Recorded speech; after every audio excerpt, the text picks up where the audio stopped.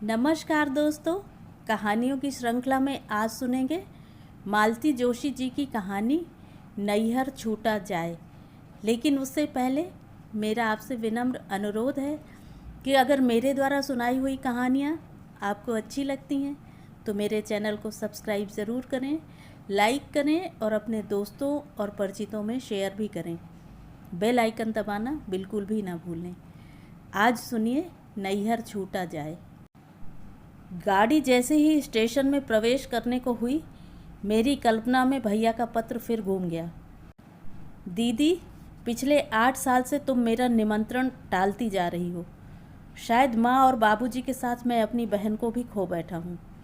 खैर, अब तो मैं यहाँ आ गया हूँ। मेरी गृहस्थी का ना सही पर अपनी जन्मभूमि का आकर्षण तुम्हें यहाँ खींच लाएगा, ऐसी आशा है। इस पत्र को अल्टीमेटम समझना। तुम्हारा भैया। घर की दिनों दिन बढ़ती जिम्मेदारियों ने मुझे ऐसा जकड़ लिया था कि किसी तरह जाना ही नहीं हो सका था। इस बार उसके पत्र ने मजबूर कर दिया और सभी झंझटों को पीछे ठेलकर मैं चल पड़ी। गाड़ी जब रुकी तो मेरे मन में वही उमंग थी जो शादी के बाद पहले पहल पीहर आने पर होती है। मैंने चलती ट्रेन से ही भैया को देख लिया था। रुकते ही कंपार्टमेंट में आकर उसने मेरे पैर छुए और हम लोग हाथ पकड़े पकड़े ही उतर गए। पर मन में कुछ खटका अवश्य। पहले तो वह मुझसे लिपट जाता था। उसी समय 2 चपरासियों ने मेरा सामान उठा लिया और मुझे स्मरण हो आया कि अब वह पुराना भैया तो नहीं है जो दोस्तों की टोली लेकर मुझे लेने आया करता था। आज तो वह एक जिम्मेदार अफसर है। स्टेशन भीतर बाहर से बहुत कुछ बदला हुआ था, पर ऐसा भी नहीं था कि पहचाना ही न जा सके। पुरानी स्मृतियों में डूबती उतराती मैं कार में बैठ गई। भैया ने कुछ बोलना चाहा, पर मेरे असंगत उत्तरों से उसने शायद मेरी मना स्थिति भांप ली और फिर वह चुप ही रहा। कार कोलतार की सड़कों पर फिसलने लगी और उसके साथ ही मेरा मन भी फिसलता हुआ समय के उस पार पहुंचकर स्मृतियों की दुनिया में खो गया। तंग गली के मोड़ पर तांगा खड़ा है। बाबूजी तांगे वाले को पैसे दे रहे हैं। भैया सामान लिए चल रहे हैं और उनके पीछे मैं। मेरे आने की खबर तेज़ी से फैल जाती है और कई जोड़ी आंखें घरों के दरवाज़ों, खिड़कियों और छज्जों से मुझे घूरने लगती हैं। भगत जी मिलते हैं और आशीर्वादों की झड़ी लगा देते हैं। माथुर चाची खिड़की से ही कुशल क्षेम पूछ लेती हैं। चौबे जी की मुन्नी पप्पू को मेरी गोद से छीनकर भाग जाती है। पड़ोस के रामू दादा चिल्लाकर पूछते हैं, क्यों री लाडो, यह कितने नंबर का पार्सल है? उनके इस प्रश्न पर सभी लोग खिलखिलाकर हंस पड़ते हैं। माँ दरवाजे पर खड़ी हैं, मुझसे लिपट जाती हैं। हम दोनों के आंसुओं में बिछोह की व्यथा अधिक है या मिलन का आनंद, कहना कठिन है। बाबूजी जीती रहो कहते हुए एक ओर चले जाते हैं। आओ दीदी। मैं चौंकी और वर्तमान में आ गई। गाड़ी एक शानदार कोठी के सामने खड़ी थी और भैया मुझसे उतरने के लिए कह रहा था। तंग गली का वह पुराना मकान यदि कठोर यथार्थ था तो भैया का यह नया घर स्वप्न की तरह सुंदर। दरवाजे पर ही रीता भाभी खड़ी थी। शादी के 10 साल उनके सौंदर्य और सुकुमारता में कोई अंतर नहीं ला पाए थे। सुंदर उद्यान से घिरे उस भव्य भवन के द्वार पर वे किसी कलात्मक प्रतिमा सी लग रही थी। बड़ी ही प्यारी मुस्कान के साथ उन्होंने मुझसे नमस्ते की। रीता, तुम दीदी के नहाने खाने का प्रबंध करो, मैं ऑफिस जाता हूँ। अच्छा दीदी, शाम को मिलेंगे, कहता हुआ भैया सीढ़ियाँ उतरकर गाड़ी में बैठ गया। चपरासी आगे पीछे दौड़ रहे थे। काश माँ और बाबूजी यह सब देखने के लिए जीवित रहते। यह सब मंत्रमुग्ध सी मैं तब तक देखती रही जब तक गाड़ी आंखों से ओझल नहीं हो गई। फिर एकाएक अपने आप को बहुत अकेला अनुभव करने लगी, जैसे कोई नन्ही बच्ची भीड़ में खो गई हो। ऐसा होना तो नहीं चाहिए। मैं तो अपने पीहर आई थी, अपने इकलौते भाई के घर। वह बेचारा मेरी एक एक इच्छा पूरी करने के लिए भाग रहा था। दोनों भतीजे अपनी किलकारियों से मेरा मन पुलकित कर रहे थे। रीता बेचारी तो बिछी जा रही थी। सारे घर के लिए मैं एक सम्मानित अतिथि थी और यही बात मेरे हृदय को आघात पहुंचा रही थी। मैं वह रज्जो नहीं थी जिसके लिए तवा उतारने से पहले मीठा चीला बनाना माँ ना भूलती थी। वह बिटिया नहीं थी जिसके लिए सेवधानी की पुड़िया लाने की बात बाबूजी को 100 कामों के बीच भी याद रहती थी। वह रजनी भी नहीं थी जिसके लिए माथुर चाची आंवले का अचार और पंडिताइन मौसी उड़द के पापड़ अवश्य भेजती। अब मैं वह दीदी क्यों नहीं थी जिसके लिए खट्टी इमली से भैया घर भर देता था। भैया तो सचमुच अब बहुत ही बदल गया था। यह बात नहीं कि वह मेरी उपेक्षा करता हो, वह तो बेचारा ऑफिस से जितनी जल्दी हो सके उतनी जल्दी लौट आता और अधिक से अधिक समय मुझे देने का प्रयत्न करता। हम दोनों के बीच एक अदृश्य सा तनाव बन गया था। कभी मैं सोचती, क्या वही बदला है? समय के चक्र ने मुझे क्या अछूता ही छोड़ दिया है? एक रात खा पी कर बैठे थे कि भैया ने मेज़ पर एक बड़ा सा नक्शा फैलाते हुए कहा, दीदी एक मकान बनवाने की सोच रहा हूँ इसी शहर में। माँ की भी यही इच्छा थी। मकान इसी शहर में? माँ की इच्छा थी। सुनकर मन को ना जाने कैसा लगा। अपना पुराना अंधेरा सीलन भरा मकान याद आया जिसमें माँ ने अपने जीवन के 28 वर्ष काट दिए थे, शायद ऐसे ही किसी सुंदर घर का सपना देखते हुए। हाँ तो दीदी, बगीचे के ठीक बाद यह हॉल होगा और इसके पास ही यह लेडीज़ ड्राइंग रूम, ठीक है ना? हाँ हाँ, बहुत अच्छा रहेगा, मैंने कहा। पर इस समय मैं तो अपने 2 कमरों के मकान के बारे में सोच रही थी। बाहर वाले कमरे में फर्नीचर के नाम पर होती थी एक मेज़, एक टीन की कुर्सी और स्टूल। जब बैठने वालों की संख्या ज़्यादा हो जाती तो संदूक और खिड़की से भी काम चलाया जाता। और लेडीज़ ड्राइंग रूम, इसकी तो कभी ज़रूरत ही महसूस नहीं हुई। दोपहर को सब अपने अपने दरवाजे पर आ जाती, कोई बुनाई लेकर तो कोई सिलाई लेकर, कोई चावल बीनती, कोई सब्जी साफ़ करती। इस तरह बातें भी होती और काम भी। निमंत्रण कभी भी आनंददायक नहीं होते थे क्योंकि तब उन घरों के अभाव उभर कर सामने आ जाते। और दीदी, यहाँ बच्चों का स्टडी रूम रख दिया है।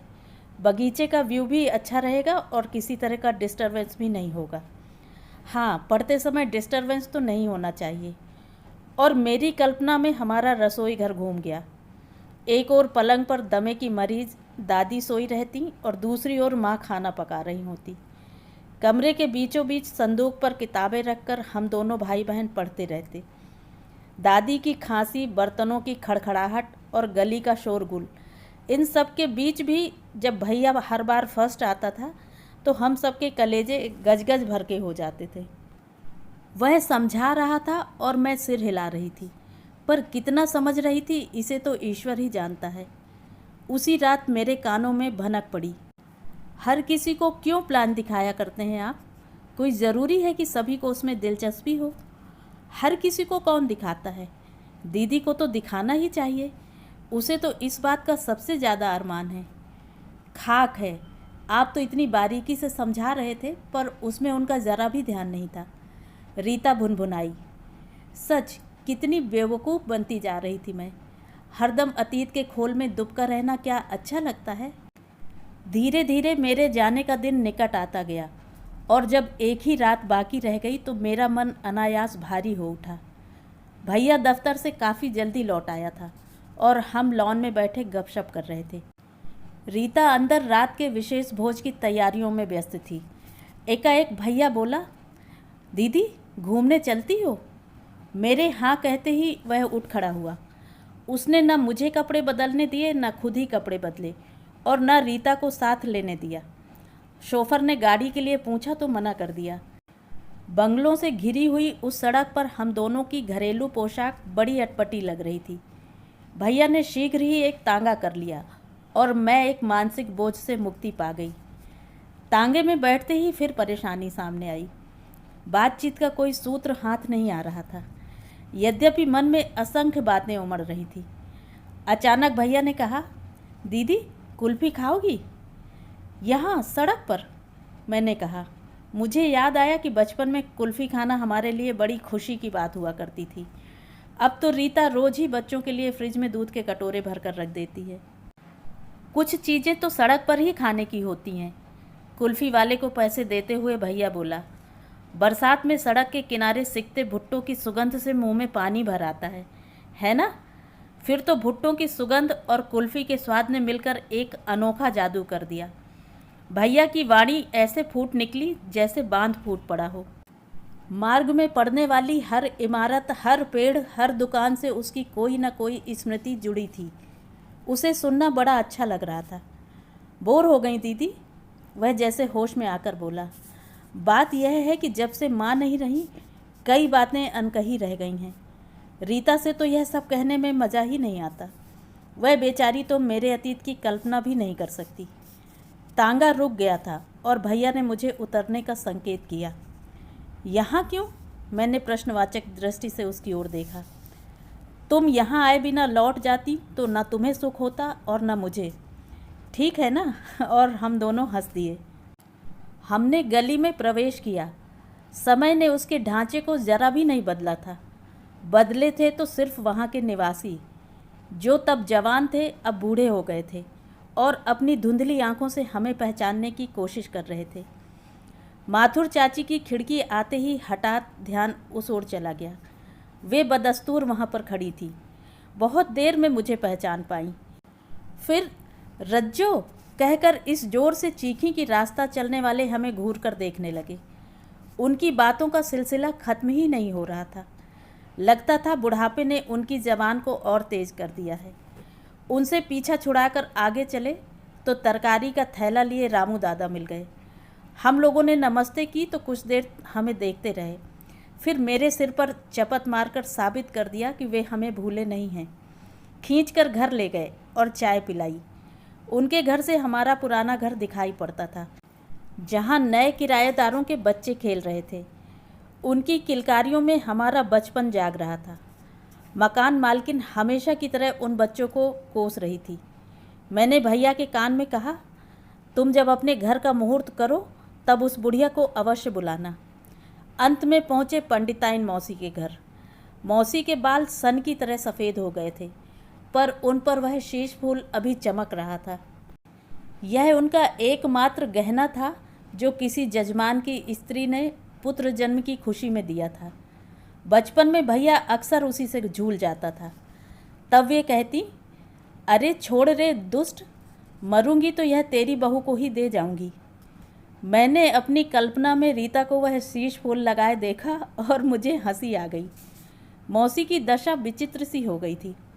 हर्ष और शोक दोनों से विह्वल होकर उन्होंने हमें चिपटा लिया। हम तीनों इस तरह रोए मानो माँ का कल ही देहांत हुआ हो। बड़ी देर बाद वे संभल पाईं। बोली, बेटा किसी दिन बहू को भी तो ले आना, देखकर आंखें ठंडी कर लूँ। मैंने भैया की रक्षा करते हुए कहा, मौसी किसी दिन अपने लड़के का महल भी तो देख आओ। और विस्तार से उन्हें भैया की वैभव गाथा सुना दी। वे भी रस ले लेकर सुनती रहीं और बलाएं लेती रहीं। हम लोग जब गली से बाहर आए तो मन बड़ा हल्का हो रहा था। इसलिए नहीं कि पुराने लोग मिल गए थे, बल्कि इसलिए कि उनके माध्यम से हम दोनों भाई बहन वर्षों की दीवार चीरकर फिर से एक मन एक प्राण हो सके थे। चौराहे पर मन्ना लाल हलवाई की दुकान पर जब भैया रुका तो मैंने कहा, हद है भैया, अब भी क्या पेट में जगह रह गई है? अरे दीदी, मिठाई तो मैं अपने प्यारे जीजा जी के लिए ले रहा हूँ, जिनकी तोंद ससुराल की मिठाई के अभाव में दुबला रही होगी। शैतान, मैंने कहा, पर उसने हंसते हुए एक गुलाब जामुन मेरे मुंह में ठूंस दिया और मेरी साड़ी के पल्लू से ही हाथ पोंछ लिए। तो ये थी कहानी। कहानी आपको कैसी लगी? कमेंट करके ज़रूर बताएं।